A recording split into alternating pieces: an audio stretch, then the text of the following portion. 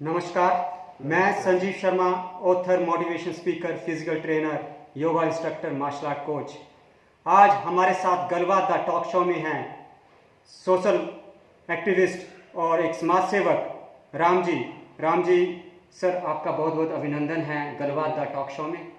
Sir, हम आपके जीवन से बहुत प्रभावित हुए हैं और हम आपके जीवन के बारे में कुछ जानना चाहते हैं।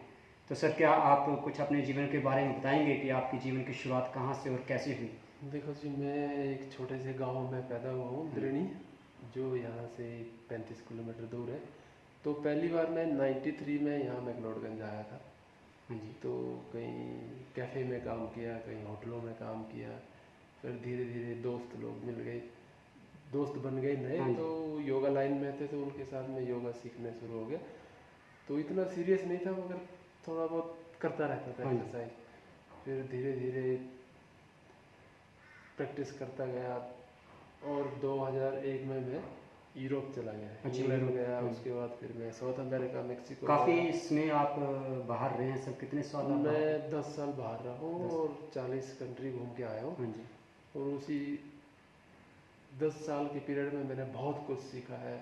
उसमें एक मेन तो मैं स्पेनिश बोलता हूँ बहुत हाँ जी। अच्छी, वो भी वहीं सीख के आया। और मुझे अपने जो हमारे हिंदू कल्चर के बारे में बहुत सीखने को मिला और बहुत कुछ सीखा, सेल्फ स्टडी भी बहुत की। तो उसके बाद 2011 में मैं वापस आ गया। तो फिर मैंने यहाँ पे एक योगा सेंटर बनाया, राम योगा हाउस। सर, आपका क्या विचार है, क्योंकि आप बहुत अच्छे सेटल थे बाहर भी, और आपका क्या विचार है कि वापस से इंडिया आना और मेरे को धर्मशाला और में ही काम करना है अपने ही सिटी में?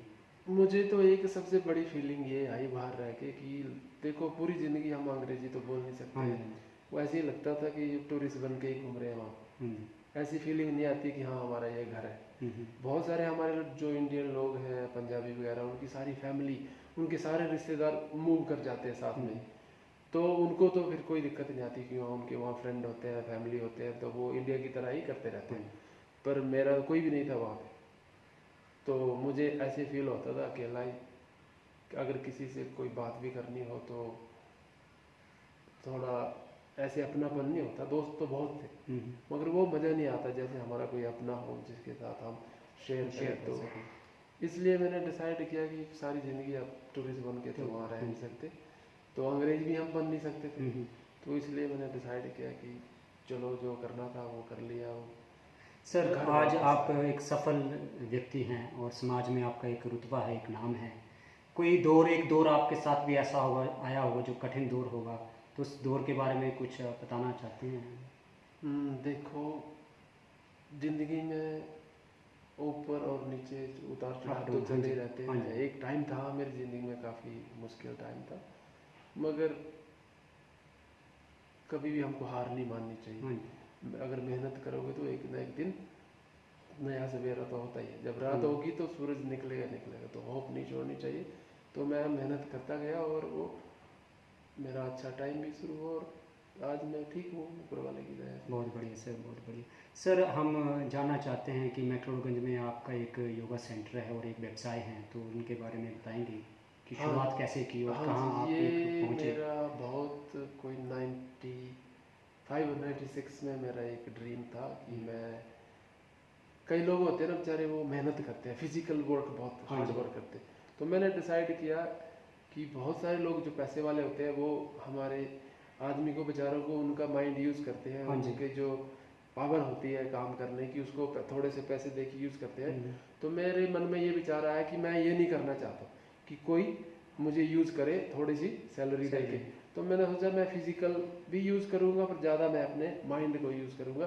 तो मेरे मन में विचार आया कि जब मैं 35 साल का हो जाऊँगा तो मैं उसके बाद काम करना छोड़ दूँगा। हाँ जी।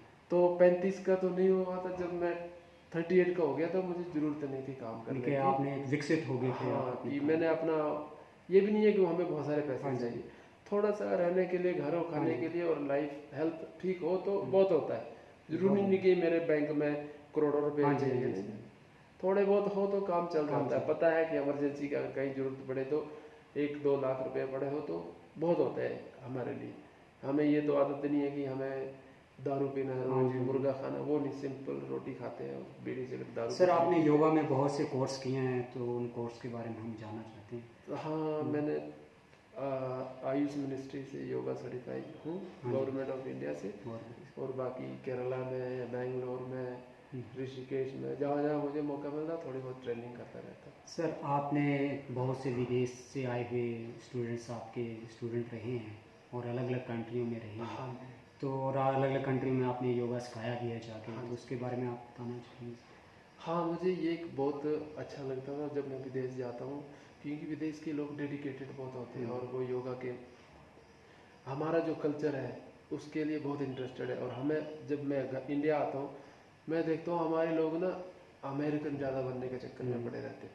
तो वो बहुत ही दुख की बात है कि देखो हमारा कल्चर इतना अमीर है, जो 5000 साल पुराना है। हाँ जी। कोई भी दुनिया में आपको कोई भी सभ्यता नहीं मिलेगी जो 5000 हाँ साल जी। पुरानी है, और इतनी परफेक्ट है, बेस्ड ऑन साइंटिफिक, कि उसमें सब कुछ। आज कोरोना की वजह से मुझे लगता है कि बहुत सारे लोगों को याद आती है कि देखो हमारे कैसे हाथ धो के आते थे, घर हाँ में जी। जूते बाहर खोलते थे, कितना पवित्र है, कितना संस्कार थे है, हमारे, बहुत अच्छा है। हमारे। और वो हमें अपनानी चाहिए, क्योंकि इससे हमें गर्व होता है कि हम something different than rest of the world. हाँ जी, हमारी सभ्यता और हमारी संस्कृति एक उदाहरण है, आज पूरा दुनिया वर्ल्ड में उसको follow अपना कर रहा है, फॉलो कर रहा है। और सर आपने व्यवसाय में भी काफ़ी नाम कमाया है, और व्यवसाय में भी आप बहुत उद्यमी रहे हैं और आपका बड़ा नाम है व्यवसाय में, तो उसके बारे में कुछ आप बताना चाहेंगे। हाँ जी, तो मैं मेहनत करते रहते हैं और लगन से काम करेंगे तो कभी ना कभी आप सक्सेस तो हो ही जाएंगे। और ईमानदारी से काम करो, सबसे ज़रूरी तो वो है, क्योंकि जब आप लगन से और ईमानदारी से काम करेंगे तो एक दिन तो आपको फल मिलेगा ही। और ये बहुत ज़रूरी है कि हमें कुछ ना कुछ लाइफ में करना चाहिए, ऐसे नहीं आए हम टाइम पास करने, ज़िंदगी में कुछ करना चाहिए। सर एक बैकग्राउंड था आपका शिक्षा का भी, आपने शिक्षा की, उसके बाद फिर आपने स्ट्रगल किया लाइफ में, और स्ट्रगल के बाद फिर आपने शिक्षा को अपनाया और एक योगा में और एक अपना नाम कमाया, तो उसके बारे में सर आप बताना हाँ जी, चाहिए। शिक्षा में मैं द्रिणी में पढ़ा हूँ। वहाँ इतने हमारे पास साधन नहीं थे हाँ जी। ज़्यादा पढ़े लिखे होने के लिए, मगर मुझे लगता है जो भी मेरी पढ़ाई है मैं उसमें ठीक हूँ, हाँ जी। क्योंकि 10 पढ़ा हूँ मगर नहीं, बाद में आपने कोर्स भी योगा बाद के में किए फिर हैं। हाँ कोर्स किए, फिर मैंने +2 दोबारा प्राइवेट की है। हाँ जी। मगर ठीक हूँ मैं, जो भी मैंने सीखा है, मुझे बहुत अच्छा लगा कि जो हमारे स्कूल में टीचर थे वो बड़े मेहनती थे, उन्होंने हमको बहुत अच्छी एजुकेशन दी। ज़रूरी नहीं है कि मैं ग्रेजुएट या कुछ होगा, थोड़े से ही एजुकेशन बहुत अच्छी थी कि वो बहुत ज़्यादा फील होती है आज। सर आप द्रिणी से एक ऐसा गांव है और वहाँ से आप यहाँ आए धर्मशाला और मैफ्लो में आपने सेटल किया अपने आप को, एक बहुत उदाहरण है हमारे लिए, हमारे समाज के लिए, कि एक लड़का शुरुआत लेता है, एक ड्रीम लेता है और ड्रीम को अपने पूरा करता है। आज मेरे को लग रहा है कि आपने वो ड्रीम पूरा कर लिया है, जिस ड्रीम से आप आए थे कि एक व्यवसाय के रूप में आपका नाम है, समाज सेवक के रूप में आपका नाम है। हाँ जी, ड्रीम तो देखो बहुत होते हैं लाइफ में, वो तो चलते रहते हैं, बट सेटिस्फेक्शन बहुत ज़रूरी है। सेटिस्फेक्शन जो भी है आज हमारे पास वो बहुत है, ज़्यादा लालच भी नहीं होना चाहिए कि मुझे ये भी चाहिए ये भी चाहिए, फिर आदमी को मौका नहीं मिलता है ज़िंदगी में एंजॉय करने की। हमारी लाइफ का एक क्या बोलते हैं पर्पज होना चाहिए, the purpose of life should be enjoyment. तो कई लोग क्या करते हैं, पूरी ज़िंदगी काम करते रहते हैं, पैसे कमाते कमाते कमाते, सोचते एक दिन रेस्ट करूँगा, जब वो इंजॉय करूँगा, जब इंजॉय करने का मौका आता है वो वैसे ही चला जाता है ज़िंदगी छोड़ के, तो वो वैसे का वैसे रह जाता है। तो ज़रूरी है कि इंजॉय करना चाहिए। सर हमारे जो नौजवान युवा है, पीढ़ी है, उसके लिए कोई संदेश आप देना चाहते हैं हमारे माध्यम से? हाँ, मेरे सबसे इम्पोर्टेंट मैसेज है नौजवान के लिए, क्योंकि हमारे देश में यंग जनरेशन बहुत ज़्यादा है और बहुत अच्छी बात भी है कि पढ़े लिखे भी हैं, तो उनको पढ़ाई करनी चाहिए और मेहनत करनी चाहिए और कुछ ऐसा काम करना चाहिए जिससे हमारे लोगों को फ़ायदा हो, सोसाइटी को फ़ायदा हो, आस पड़ोस और देश को भी फ़ायदा हो। युवा हार ना माने, और मेहनत करनी चाहिए और ज़्यादा ऐसे उठ पटांग के चक्कर में नहीं पड़ना चाहिए। मैं देखता हूँ आजकल हमारे जो नौजवान हैं वो ज़्यादा पार्टी पुर्टी के चक्कर में रहते हैं। पार्टी पुर्टी कुछ नहीं होता, लाइफ ऐसी ज़िंदगी जीना चाहिए कि ऐसे लगा कि मेरी एवरीडे पार्टी है ना, ऐसे क्राउड में हल्ले में जाके शांति से मजा आना चाहिए, है ना। और जो लक्ष्य लेके चले उन लक्ष्य को, हाँ वो तो होना, कोई ना कोई लाइफ में टारगेट होना चाहिए। जो उसे लगे हाँ कि मैं अचीव हूँ। और एक ही टारगेट लेके भी नहीं चलना हाँ चाहिए, जी। कम से कम हमारे पास 3 ऑप्शन होती है। अगर आपका एक टारगेट फेल हो जाता है तो दूसरा है, अगर दूसरा फेल हो जाता है तीसरा तो है। तो बहुत लाइफ बढ़िया, में बहुत बढ़िया प्लान सर। होना चाहिए। हमारा जो भारत देश है इंडिया, अगले 5 साल में आप हमारे भारत देश को कहाँ तक देखना चाहते हैं? मैं 5 साल में भारत देश को काफ़ी आगे देखना चाहता हूँ। जो एजुकेशन में हमारे गवर्नमेंट को हमारे जो एजुकेशन है उसको थोड़ा बेहतर बनाना चाहिए। ज़्यादातर हम आजकल जो पढ़ते हैं वो अमेरिकन हिस्ट्री पढ़ते हैं। अमेरिकन की हिस्ट्री तो बहुत ही ताज़ी है। हाँ जी, हाँ जी। तो गूगल में देख के जो कुछ भी पढ़ते हैं वो अमेरिका वाले लिखते हैं। हाँ और जी, हाँ जी। तो हमें अपनी हिस्ट्री जो हमारा अपने संस्कार है वो पढ़ने अपने चाहिए, कल्चर, जिससे पता चले कि हम कौन है, कहाँ हाँ से जी, हैं। हाँ जी, अपना बेस पता होना चाहिए। और हमारे थोड़ा सा ना हमारे ये कल्चर के बारे में एजुकेशन होनी चाहिए, बहुत ज़रूरी। हाँ जी सर, बहुत बढ़िया। ये बहुत ही ज़रूरी है। सर कुछ ऐसा कोई संदेश देना चाहते हैं जो एक हमें लगे कि हमने आपसे कुछ सीखा है, कुछ ऐसी चीज़, वैसे तो बहुत कुछ चीज़ अभी हमने सीख लिया आपसे आज गलबात में, तो कुछ ऐसे संदेश जो एक देखो, मैं तो मेरी जो अपनी सोच है, मैं सोचता हूँ कि हमें तो मेहनत करेंगे तो आदमी खुद ही सीखता है। हाँ जी, चाहे आप गलत करो या सही करो, life is a big lesson और big teacher that teach you lot of thing. तो मेहनत करनी चाहिए और थोड़े लगन होनी चाहिए, और आत्मा और परमात्मा का मिलन बहुत जरूरी है। हाँ जी। उससे आपको ऊपर वाला भी गाइड करता है। कई बार हम क्या करते हैं कि सोचते हैं हमें सब कुछ खुद ही करना चाहिए। कई बार देखो, परमात्मा ने ये संसार बनाया तो ऊपर वाले के हाथ में भी छोड़ना चाहिए, वो भी कभी कुछ करता है हमारे लिए, है ना।